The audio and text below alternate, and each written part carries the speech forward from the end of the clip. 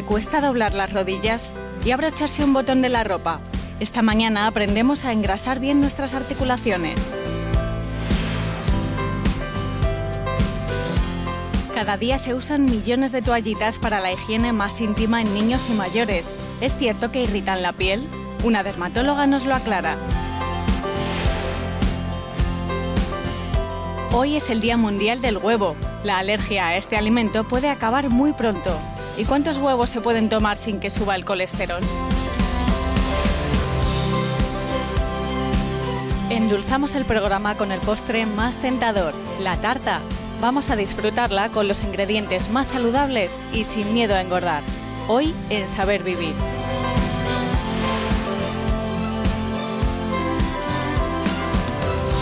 ¿Qué tal? Son las 12 de la mañana, un momento esperadísimo por muchas personas para hacer una parada en el camino y tomarse un pincho de tortilla de patata. Ana, hay gente que no lo perdona ni un solo día, pero nos preguntamos cuántas calorías tiene un pincho de tortilla. Bueno, la verdad es que es buen momento, la media mañana, para tomarse un pincho de tortilla. Y en cuanto a las calorías, pues hombre, es que depende. Date cuenta que una tortilla de patata tiene que llevar mínimo patata y huevo. Depende de las cantidades en que pongamos esos ingredientes y también cómo friamos las patatas. Si las freímos con mucho aceite, llevará más calorías que si las hacemos en el microondas. Vale, si cargamos menos las tintas, entonces menos calorías. Efectivamente. Entonces, mira, esta tortilla que tengo aquí, la pesé antes de que me la pusieran aquí, tiene 800 gramos. Si yo la parto en 4 partes, serían como 200 gramos cada parte, y la mitad de un cuarto serían los 100 gramos. Bueno, pues esto más o menos tiene como 160 kilocalorías. Tampoco son tantas. Y si hacemos una equivalencia con otras medias mañanas, mira, sería el equivalente, este cuarto de tortilla, este octavo de tortilla, no cuarto, sería el equivalente a 2 yogures que no sean desnatados y un kiwi, por ejemplo, o 30 gramos de almendras crudas. Más o menos tendrían las mismas calorías. Pero ¿cuál es el problema de la tortilla de patata? Que generalmente esto no suele ser la media mañana. Esto va acompañado de su pan y de su cervecita, claro. Y entonces disparamos. O sea, que el problema, la como cantidad dices, de calorías. no es la tortilla de patata, es lo que la acompaña. Ahí Le echamos estamos. una salsa, el tomate, ¿verdad? Por Y eso ya es ejemplo, peligroso, claro. por ejemplo. Pero que, como decías, uno de los ingredientes principales, una tortilla de patata no se entiende sin los huevos, ¿no? ¿Y tanto? Que es uno de los componentes esenciales. Todas las amas de casa saben cuando un huevo es fresco, porque flota o no flota. Si no flota, mal asunto. ¿Por qué? Pues porque generalmente los huevos, cuando son frescos, se van al fondo. Uy. Sí, este se va al fondo. Este se ha ido al fondo. Tenemos Este uno no de tanto, cada. este empieza a flotar. ¿Por qué? Porque cuando los huevos dejan de ser frescos, empieza a aumentar la cámara de aire que hay dentro de ellos, por la descomposición interna. Entonces, los frescos se van al fondo. Si los frescos luego los partimos, pues normalmente observaremos que la yema tiene que estar un poquito compacta. Compacta, no se va al fondo, se queda flotando y queda como muy... No sé si en cámara se ve, me parece que sí, queda como muy centrada y no se hunde, y no se dispersa. Entonces, huevos frescos, ojo con los que flotan, porque si flotan esos que ya llevan un tiempo y a lo mejor Ese no nos lo comemos, ese lo vamos a tirar directamente. Hoy se celebra en todo el mundo el Día del Huevo, y para hablarnos de este alimento contamos hoy con la presencia de Mar Fernández, que es la directora del Instituto del Huevo, una voz más que autorizada sin duda para hablarnos de este producto. Muy buenos días. ¿Cuántos huevos a la semana recomiendan tomar los expertos de Naciones Unidas? El huevo es un alimento que se puede integrar perfectamente en nuestra dieta mediterránea, y desde luego no hablamos normalmente de qué alimentos se puede consumir en más o en menos medida, sino cuáles son los requerimientos nutricionales para la población en general. En la dieta mediterránea nos recomiendan el consumo de 2 a 3 raciones de alimentos proteicos al día, y esas 2 o 3 raciones pueden ser de huevos, de carne o de pescado, y cada uno las puede alternar en función de sus gustos o de sus preferencias. Hay que recordar que una ración de huevos son 2 huevos cuando uno tiene ya más de 9 años, o sea que unos 100 gramos de huevos pueden entrar perfectamente en un consumo habitual, y un huevo al día, desde luego, ya hay muchísimos especialistas que tienen más que demostrado que no tiene ningún problema incorporarlo en nuestra dieta. Bien, un huevo al día. Nos quedamos con ese dato. Enseguida seguimos hablando. Este año se celebra el Día Mundial del Huevo, con el foco puesto en los aspectos sanitarios, sobre todo después de la crisis originada por el pesticida detectado en varias granjas del centro de Europa. Nunca ha estado el huevo tan vigilado como lo está ahora. Se produce bajo estrictas condiciones sanitarias y una rigurosa inspección en toda la cadena de distribución y venta. Por eso se localiza de inmediato cualquier irregularidad en el mercado del huevo, como en el último caso contaminado con pesticida, huevo líquido de importación que se distribuyó por 17 países pero no llegó al consumidor español. Y es importante que así sea porque hablamos de uno de los alimentos más consumidos en nuestro país. Cada español consume una media de 222 huevos al año, el 60% de ellos en el hogar, más de 6.000 millones de huevos al cabo del año. Los que más huevo toman son las personas mayores que viven solas o en pareja.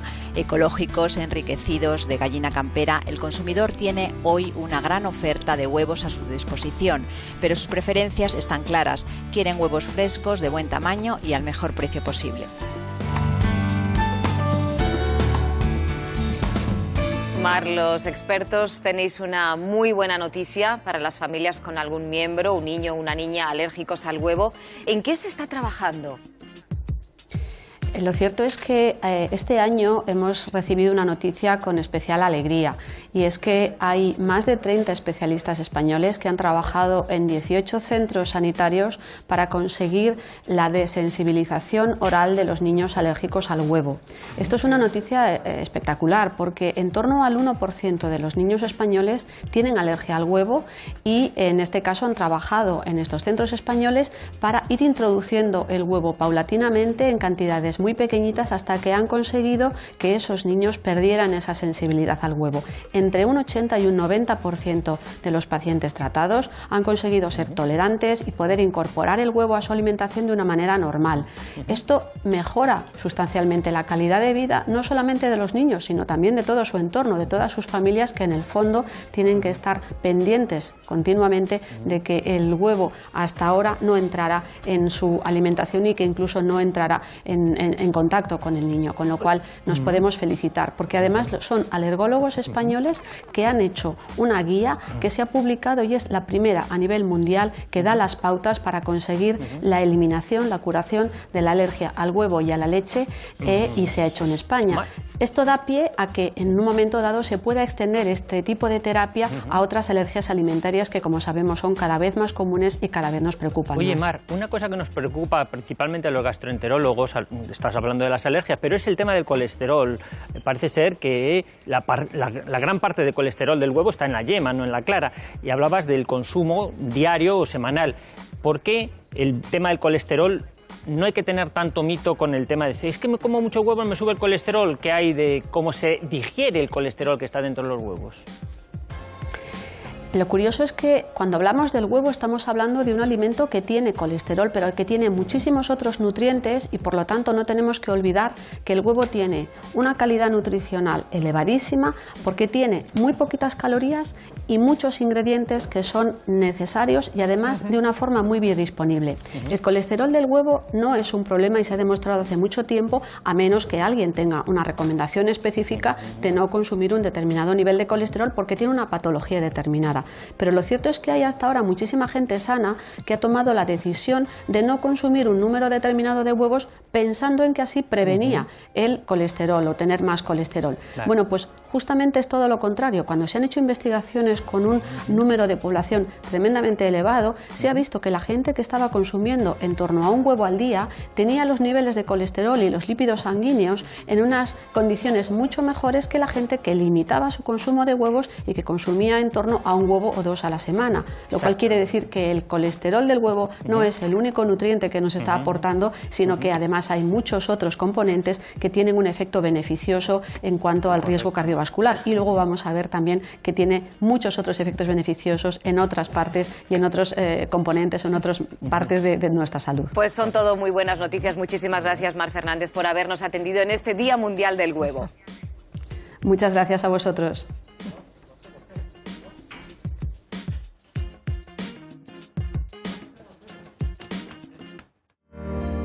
Investigadores de la Universidad de Alabama han demostrado por primera vez que los alimentos ricos en potasio, tales como el aguacate o el plátano, protegen frente al desarrollo de la aterosclerosis o, lo que es lo mismo, frente al endurecimiento de las venas y arterias.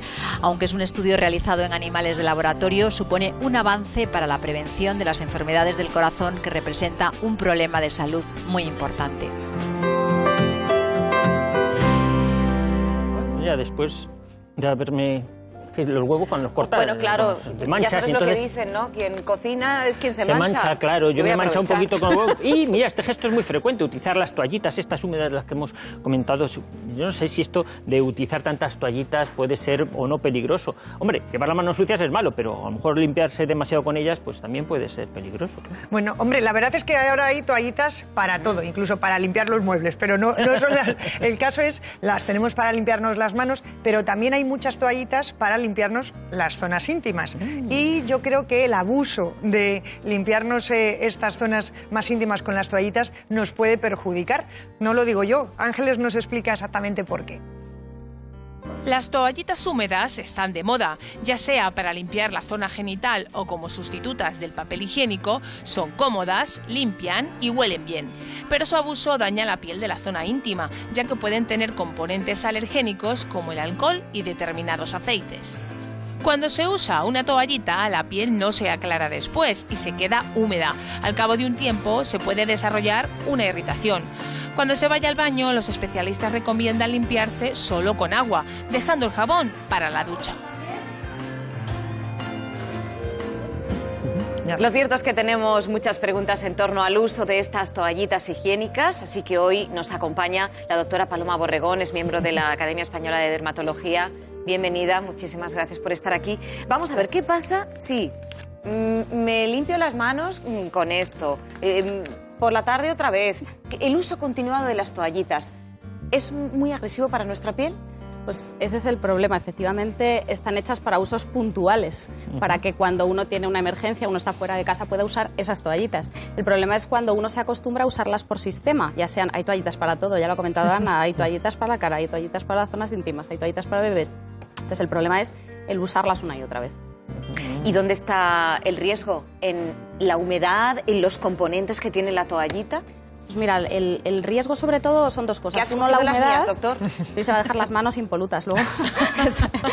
El riesgo es la humedad, punto número uno, porque uno se las aplica y no se aclara. Y por otro lado, el riesgo que tenemos es que contienen muchas sustancias alergénicas. Entonces la gente se hace alérgica a los componentes de las toallitas y encima de usarlas una y otra vez, hacen que sean agresivas para nuestra piel y producen muchas dermatitis, depende de la zona en la que contactemos. En las mamás, por ejemplo, serán las manos, en la zona genital, el que las use en la zona genital, etcétera. Yo las probaba tanto simplemente porque hay algunas que cuando las utilizas sueltan espuma. ¿Eso qué significa, Paloma? Claro, normalmente que hagan espuma pasa como con los jabones. Cuando hacen espuma, la gente cree que es mejor. Un jabón que no hace espuma parece que no limpia. Entonces, realmente eso no es así. Cuanto más espuma hagan, mayor cantidad de detergentes tienen y por eso limpian. Lo que pasa es que ese es el problema, que es una zona que luego no nos aclaramos. Con lo cual, lo importante es no abusar de ellas porque estamos manteniendo esa piel eso en la piel. Sobre todo, por ejemplo, el problema con las sustancias alergénicas son los conservantes y los perfumes. El perfume pasa igual, nos encantan los geles que están perfumados, nos encantan todo lo que hace espuma, perfume. Todo eso es peor porque daña más nuestra piel y podemos hacer una dermatitis de contacto alérgica. A ver, Paloma, yo estoy haciendo como Luis, probando las que yo tengo aquí. Luego tendréis que venir a mi consulta. No, porque estas no tienen espuma, por tanto, por lo que tú estás diciendo, pueden ser buenas, pero si leo lo que pone en el envase, dice enriquecidas con aloe vera y camomila, que eso es como que puede ser muy sugerente para el consumidor, pero realmente nos tenemos que fiar más de estas que llevan supuestamente productos naturales. Claro, ni más ni menos. O sea, lo que sí que hay que hacer es leer todos los ingredientes, porque muchas veces nos fijamos en eso, que es el reclamo, ¿no? Nos dicen, tienen aloe vera, camomila, que son productos para la piel, para aliviarla, etcétera. El problema es que además de eso, si te lees la lista de ingredientes, que es súper amplia, tienen sustancias como el catón, que es un conservante y además es un antimicrobiano, pero que produce muchas reacciones alérgicas. Entonces, si la gente no lo suele asociar, a uno le sale una dermatitis en las manos y no piensa que es de limpiarle el culito al bebé. Entonces, claro, no lo asocias, vienes a la consulta, o dermatitis perianales, la gente se sigue limpiando con toallitas porque piensan que es mejor, que respeta más que el papel higiénico la piel, pero tiene todos estos problemas que estamos hablando, con lo cual lo suyo es ver si uno es alérgico a esa sustancia y fijarse en esos ingredientes y no olvidarnos de que no todos son tan beneficiosos. Y para desmaquillarnos, ¿es recomendable el uso de las toallitas? Esto en televisión es muy típico, salimos corriendo y... Pues con eso pasa exactamente lo mismo, están hechas para usos puntuales, uno se va de viaje, está en la calle, necesita está bien para usos puntuales, pero por sistema no, porque la piel se irrita mucho, aparte de que nos podemos hacer alérgicos a esas sustancias que llevan. Entonces, lo ideal que es desmaquillarse con agua micelar, con un algodoncito y con agua micelar, y si quieres aclararte suavemente, porque hay gente que le gusta la sensación de aclararse con agua, pero ya sabéis, siempre mejor agua micelar. En urgencias y emergencias fuera de casa, bien, pero por sistema no. Y las cremas hidratantes, que siempre les recomendáis. Hidratarse, sí, él se lo sabe todo. Se lo sabe porque no se hidrata. Por necesidad, no por necesidad. Y las cremas hidratantes, el problema de estos productos es que los aplicamos en nuestra piel y no nos los aclaramos, con lo cual tampoco es bueno lavarse 1000 veces al día con agua y con jabón, porque entonces alteramos la flora, sobre todo en la zona perianal, entonces alteramos y habría más hongos que bacterias y entonces tendríamos una infección por hongos en la zona, con lo cual tampoco es esa la solución, simplemente moderar y luego hidratar la piel. Paloma, muchísimas gracias por estos consejos tan valiosos y usted recuerde que en ningún caso hay que tirar las toallitas por el inodoro. Pasteles saludables y fáciles de hacer en casa. Hoy, en Saber Vivir, el placer del postre rico y sano. Mira, ponte esto, ponte esta es de aquí, esta es de aquí, este es de aquí. Esto es como si fueras a jugar no sé, a mí cada día me hacéis una prueba. Como si fueras a boxear. Pues bien. Esto que sepas que es un dispositivo que se pone para que hagamos la prueba, por ejemplo, de manipulación. No, es que no podría boxear porque no puedo cerrar las manos. No, si no va a boxear, son sobre todo... No, digo que no podría cerrar las manos, o sea, me cuesta... Claro. Bueno, los boxeadores no la llevan cerrada. Pero tú imagínate que tienes que atarte los botones, por ejemplo, con eso. No podría. Claro, pues eso es algo que tienen... Noto los dedos rígidos. Claro, la rigidez. Que no puedo hacer el juego. Exactamente. Y entonces, fíjate, eso se lo hemos puesto también a gente que sale a la calle, hemos salido a la calle para ver qué es lo que opina la gente cuando le ponen esto de cara a la manipulación. A ver cómo le sienta. Hombre, al principio cuando me han puesto los guantes es como una sensación de agobio. Es como si tuvieses además como la mano hinchada, como cuando se te duerme la mano. Es complicado. Si estuvieran muertas, no noto ninguna sensación de nada. Para desabotonarme el botón, imposible. Afecta mucho a las personas porque mi marido mismo tiene artritis en las manos y tiene mi edad, o sea que es relativamente joven. Te hace la vida muy complicada, muy complicada. Y para la gente que hay alrededor de ellos también. Hemos invitado a nuestro plató al doctor Josep Vergés, es presidente de la Fundación Internacional de Artrosis, que además acaba de celebrar el primer congreso de pacientes con esta enfermedad de las articulaciones. Muy buenos días. Buenos días, Macarena. Muchas gracias. Cuando una persona se levanta por la mañana y le duelen las articulaciones, piensa, bueno, esto es normal, esto es de la edad. No, esto es una enfermedad que se llama artrosis y que hay prevención y que hay tratamiento y de hecho, pues como decías muy bien, Macarena, pues lunes y martes ha habido el primer Congreso Mundial de Pacientes Artrósicos, que realmente ha sido un éxito, ¿no?, de participación de los pacientes, en los cuales los pacientes han sido el centro del Congreso. También hay una frase muy típica que es, bueno, es que no son los años, son los kilos. Bueno, a ver, los kilos influyen, ¿eh? La obesidad es un factor de riesgo, ¿eh? Importante perder peso, pero también hay gente delgada que tiene artrosis. Por tanto, no necesariamente hay gente delgada con artrosis, pero lógicamente si perdemos unos kilos es fundamental. Son factores de riesgo, es decir, a más años es más frecuente el que podamos tener ese cartílago dañado, que al fin y al cabo eso es la artrosis, pero es verdad que hay personas jóvenes que también pueden tener artrosis. Lo cierto es que hay muchos millones de personas con esta enfermedad que tiene tratamiento, o al menos lo podemos aliviar. Candela nos dice exactamente cuál es el perfil del paciente y cuántos pacientes hay afectados. 242 millones de personas tienen artrosis a nivel mundial y solo en España 7 millones. Es la primera causa de incapacidad permanente. El perfil de la persona con artrosis es el siguiente. Tiene 68 años, 2 de cada 3 son mujeres y el 75% padece obesidad. En ellas es más frecuente en manos y rodillas y en ellos en la cadera. Pero hay otros grupos de riesgo, los deportistas de alto nivel y los jóvenes con sobrepeso. Son los datos más recientes de la Fundación Internacional de Artrosis, que hace hincapié en la prevención. Proteger nuestras articulaciones desde la infancia es fundamental.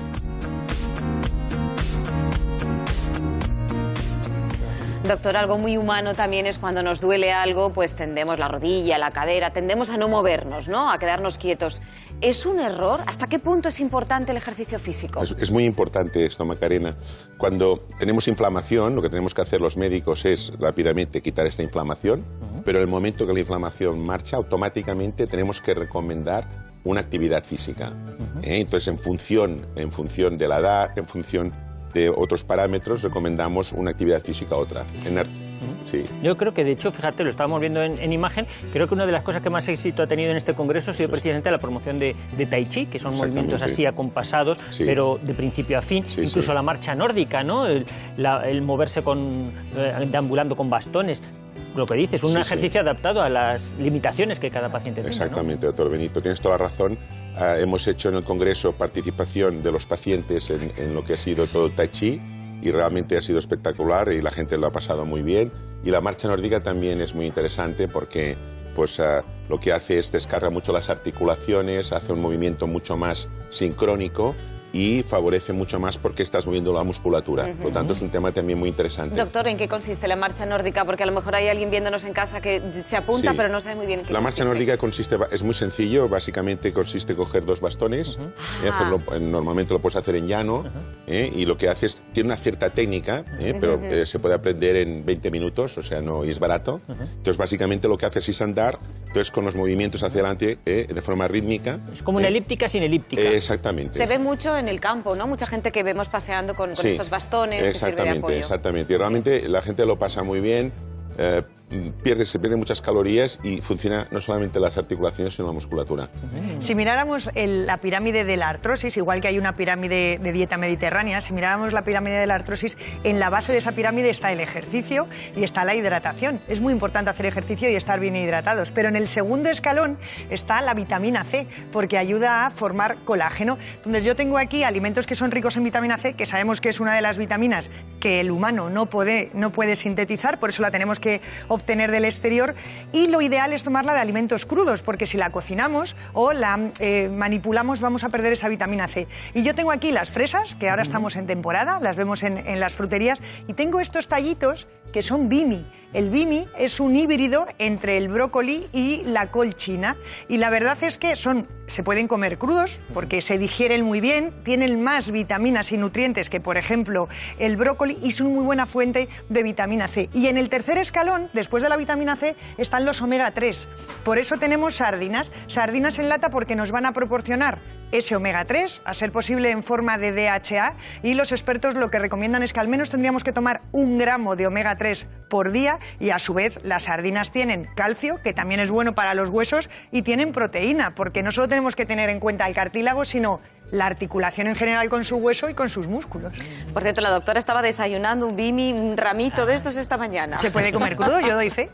Muchísimas gracias, doctor Josep Vergés. Gracias por venir. Gracias al programa, porque tenemos, como decía la doctora Bellón, 7 millones de pacientes artrósicos en España, y dar voz a los pacientes es muy importante, y la Fundación lo estamos haciendo, y agradezco sinceramente que el programa pues los tenga en consideración. Muchísimas gracias y felicidades. Según el ranking de la Organización Mundial de la Salud, España es el segundo país más ruidoso del mundo. 1 de cada 4 personas en España está expuesta a altos niveles de contaminación acústica. El ruido es uno de los factores ambientales más importantes a nivel de salud pública, ya que según diferentes estudios, el exceso continuado de decibelios incrementa en más de un 6% la mortalidad por causas cardiovasculares en mayores de 65 años y un 4% por causas respiratorias. ¿Será posible? ¿Qué es lo que ha pasado aquí? Bueno, hemos empezado con el pincho de tortilla y ahora sube la temperatura y la intensidad, porque tenemos una tentación en la mesa. Esto parece que contradice todo lo que hemos dicho anteriormente. ¿Qué le ha pasado a saber vivir? No, pero es una tarta muy especial. Claro que sí. Porque tiene un ingrediente muy especial del cual tú llevas el color, que es la zanahoria. Lleva zanahoria. La partimos y dentro hay zanahorias. Sí. O algo parecido. No, lleva zanahoria, claro. Bueno. Vamos a ver, porque hay muchas maneras de preparar tartas. Y esto ha revolucionado el mundo de la repostería. Las hay, y muy saludables. Vamos a ver. Celia, fundamental que en una pastelería esté todo rico, pero también que entre por la vista, como estoy viendo aquí. Es súper importante cuidar el detalle. La presentación es fundamental. Si la gente no le entra primero por los ojos, no vamos a tener opción ni a que la pruebe después. Cuéntame todos los trucos que tiene esta tarta. Esta tarta es una tarta de trufa, que es una mezcla hecha de chocolate y nata. Es súper suave y súper rica. A la gente que no le gusta mucho el chocolate, esta tarta es perfecta. ¿Me vas a enseñar más cositas? Te voy a enseñar más cosas. Acompáñame al obrador, por favor, y seguimos viendo. Pues venga, vamos. Te tengo una sorpresa preparada. Estupendo. Esos, digamos, que son los top 10 de vuestra pastelería. Sí, absolutamente. Son muy pequeñitos, muy trabajosos. Podíamos empezar con un soufflé súper rico, una charlota de chocolate, un Sant Honoré, bueno, increíble. Es espectacular. Espectacular. ¿Qué es esto que tiene aquí encima? Son como hilos de caramelo. Hace cuando te tomas la tarta que la tarta sea súper agradable con ese caramelo tan finito, rico. Tarta de chocolate, de frutas, fondant, clásica. El mundo de la repostería es casi infinito, del dulce más pequeño al más grande. ¿Con cuál se queda? Hoy nos acompaña toda una experta repostera, se llama Alma Obregón. Y lo mejor de todo, viene para enseñarnos a disfrutar de las tartas sin miedo y sin remordimientos. Buenos días. Buenos días, ¿qué tal? Por favor, haz las presentaciones que tenemos en la mesa. Efectivamente, bueno, pues he traído unos muffins de plátano que son muy saludables, todo con harina integral, llevan muy poca cantidad de azúcar, es azúcar no refinado. Y además, bueno, como llevan el plátano se los endulza mucho, de forma que nos ayuda a tener que añadir muchas menos grasas también. Una tarta de chocolate que es sin gluten, también no tiene ninguna grasa añadida y bueno, esta está de muerte. Tiene una pinta, desde luego. He traído también una granola de desayuno que está formada por avena, lleva unas nueces de pecan y además está endulzada con miel. Y luego lo último es una tarta de zanahoria y también es una tarta, todo apostando por lo saludable. Está dentro, ¿no? La zanahoria. La zanahoria está seguro. dentro, tiene manzana, también harina integral, no tiene prácticamente ninguna grasa añadida. Bueno, es toda una tentación, en eso estamos todos de acuerdo, pero mucha gente en este momento estará pensando en la grasa, en el azúcar, en las calorías. Alma, ¿tú crees que son postres saludables? Sí, en este caso la verdad que yo lo que he intentado bueno, es hacer unas recetas que sean muy saludables de forma que la gente las pueda hacer en casa y eso se puede hacer, ¿no? Hay que hacer muchas variaciones en las recetas tradicionales, pero se logran cosas muy ricas, sobre todo que además de saludables estén ricas, ¿no? Porque a veces parece que si lo haces saludable ya no lo va a estar. Sí, pues parece que entra en conflicto, pero no, se puede, ¿no? Se puede. Doctor, ya le había echado un ojo a eso, ¿eh? Yo le echo un ojo a todo, ¿eh? Es que, vamos, me habéis puesto en buen sitio. Claro, pero igual que cuando hablábamos de la tortilla de patata, decíamos que a más patata, pues más calorías, o a más huevos también, con las tartas pasa lo mismo. Son calóricos, no nos vamos a engañar, porque lleva grasa y lleva azúcar, pero si elegimos buenos ingredientes, pues nutricionalmente van a ser mejor. La mayoría de los dulces que llevan huevos, estábamos diciendo que el huevo es uno de los alimentos con mejor proteína que hay, por tanto saludable es. Si tenemos que echar azúcar, pues es preferible echar azúcar integral que no azúcar blanco, o incluso miel, porque bueno, pues tiene un componente de azúcares diferente al azúcar refinado. Si tenemos que utilizar grasas, pues mejor el aceite de oliva, y si es virgen extra, mucho mejor. Y las harinas, si las utilizamos integrales, de grano entero, pues nos aportarán calorías, pero también muchos nutrientes y vitaminas. Y si utilizamos cacao, pues hombre, que sea cacao desgrasado y con la mayor cantidad de cacao y no de manteca de cacao. Entonces, ¿saludables? Claro que son, todo lo que llevan está muy rico. Doctor, ¿estás haciendo los honores? Yo es que sigo mosqueado. ¿Dónde está la zanahoria? ¿Dónde está la zanahoria? Pero me han dicho que esto es una tarta de zanahoria y como no la voy a guardado muy bien por aquí dentro, la vamos a pillar seguro. ¿Cuánto sería una ración saludable? Bueno, yo pondría quizá un poquito menos. Un poquito menos, una mitad. ración No, pero es para Macarena, esto es para Macarena. Ay, gracias, doctor. Esto Como para ves, tiene Macarena, también nueces, tiene que pasas. luego, después de comerse una tarta saludable, se irá a hacer deporte también, ¿no? Sí, claro. Hombre, y la por supuesto, clave yo creo que cuando es casero, al final lo que tienes es que tú controlas todos los ingredientes que estás añadiendo, ¿no? Y de esta forma eres mucho más consciente de lo que estás comiendo y es siempre mucho más saludable también que si lo compras ya, sobre todo si lo compras de una bolsa. Sí. Ana una pequeña, porque Ana es muy saludable ella y Ana siempre come raciones pequeñas. No se lo termina de creer que esto es saludable. No nos hace falta ni cucharilla. ¿Qué va?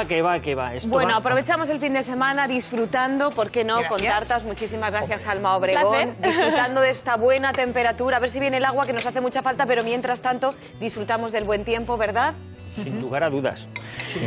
Hagan ustedes algo bonito con su fin de semana, disfruten, enseguida se quedan con amigas y conocidas, con Inés Ballester. Sí. Yo sé que no es estético lo de comer en televisión. Lo dice el productor ejecutivo, pero por favor sean un poquito empáticos, es viernes, esto tiene una pinta bonita. Es decir, si hoy nos comemos una tarta, pues mañana comemos una pieza de fruta y ya está, compensamos. Y hay una zanahoria aquí dentro, ¿no? Hay una zanahoria, seguro. Seguro, prometido. Bueno, hay mucho más que una zanahoria. Saludable. Hasta pronto. Feliz fin de semana. Vamos.